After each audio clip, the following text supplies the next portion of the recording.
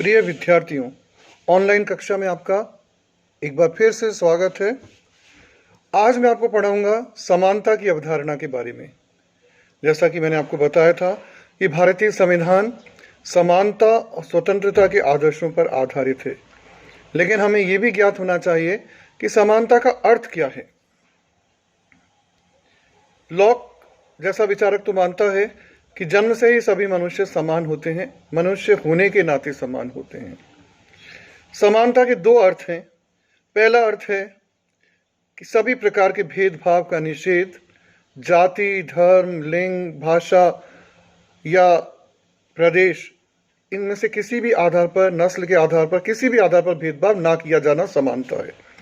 लेकिन समानता का जो सबसे सही अर्थ है वो है कि प्रत्येक व्यक्ति को समान अवसर प्रदान करना, योग्यता के अनुसार आगे बढ़ने का समान अवसर प्रदान करना ही समानता है। इक्वल अपॉर्चुनिटीज मिलना ही समानता है। तो समानता क्या है? समानता है कि हर व्यक्ति को, चाहे वो किसी भी जाति का हो, किसी भी धर्म का हो, उसकी शारीरिक संरचना कैसी हो, उसका रंग कैसा हो, हर व्यक्ति को उसकी अपनी योग्यता के अनुसार आगे बढ़ने का अवसर समान रूप से मिले। जब समान अवसर मिलेगा तभी पता चलेगा कि कौन अधिक योग्य है, कौन कम योग्य है। जब समान अवसर ही नहीं मिलेगा तो ये ज्ञात नहीं होगा। इसलिए हम ये कह सकते हैं कि अवसर की समानता को सही रूप में परिभाषित करती है। अब हम पढ़ेंगे समानता के विभिन्न आयामों, विभिन्न डायमेंशंस के बारे में। सबसे पहला है कानूनी समानता, यानी वैधिक समानता, लीगल इक्वालिटी। क्या होती है? इसके अंतर्गत दो प्रमुख बातें आती हैं। पहली कि सब व्यक्ति कानून के समक्ष समान हैं। कानून की नजर में हर व्यक्ति, चाहे वो किसी भी पद पर हो, किसी भी ओहदे पर हो या किसी भी वर्ग का हो, सब समान है। कानून सबको एक साथ ट्रीट करेगा। और दूसरी बात इसके अंतर्गत आती है कि सभी व्यक्तियों को कानून का समान संरक्षण मिलेगा। कानून सबकी समान रूप से रक्षा करेगा। यह होती है कानूनी समानता।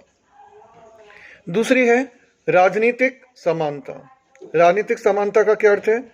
राजनीतिक समानता का अर्थ है कि सभी व्यक्तियों को मतदान करने का अधिकार होना चाहिए। अर्थात जिस देश में संविधान द्वारा वयस्क मताधिकार लागू किया जाता है, वहीं पर राजनीतिक समानता होती है। मतदान के अधिकार के साथ साथ सभी व्यक्तियों को निर्वाचन में खड़े होने की बराबर की एक मिलनी चाहिए अवसर, तभी राजनीतिक समानता स्थापित होगी। इसके अतिरिक्त सार्वजनिक पद पर योग्यता के आधार पर नौकरी, सरकारी नौकरी प्राप्त करने की समानता भी राजनीतिक समानता में आती है। राजनीतिक जीवन में भाग लेने की, अपने विचारों को प्रकट करने की और अभिव्यक्ति की स्वतंत्रता, ये सब भी राजनीतिक समानता के अंतर्गत आते हैं कि हर व्यक्ति को ये अधिकार प्राप्त हो बिना किसी भेदभाव के, तभी राजनीतिक समानता स्थापित होगी। तीसरी है सामाजिक समानता।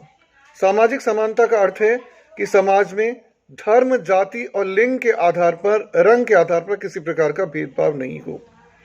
अर्थात हर व्यक्ति को समान अधिकार मिले, चाहे वो स्त्री हो या पुरुष हो, किसी भी जाति का हो, किसी भी धर्म का हो, किसी भी देश के भाग में निवास करता हो, किसी भी नस्ल का हो।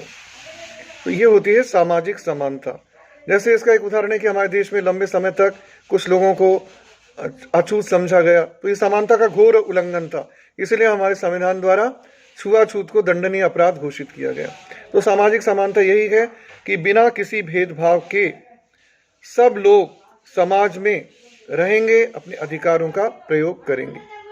इसके बाद आती है आर्थिक समानता। आर्थिक समानता का अर्थ ये नहीं है कि सभी लोगों के पास बिल्कुल बराबर के पैसे होंगे, बल्कि आर्थिक समानता का अर्थ यह है कि जो अधिक से अधिक आय है और कम से कम आय है, उसके बीच का अंतर कम से कम होगा। ऐसा नहीं होगा कि समाज में जो एक वर्ग है वो तो बहुत ही अधिक धनी हो और दूसरा वर्ग बहुत ही अधिक निर्धन हो।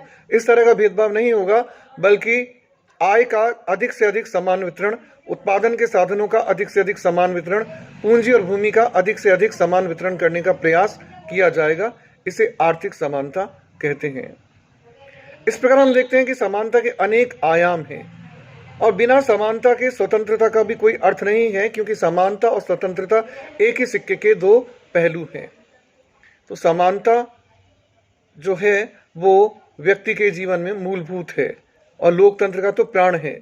इसलिए भारत के संविधान में भी अनुच्छेद 14 से अनुच्छेद 18 तक, जैसा कि मैंने आपको पढ़ाया था, समानता का मूल अधिकार प्रदान किया गया है। आज के लिए इतना ही। धन्यवाद।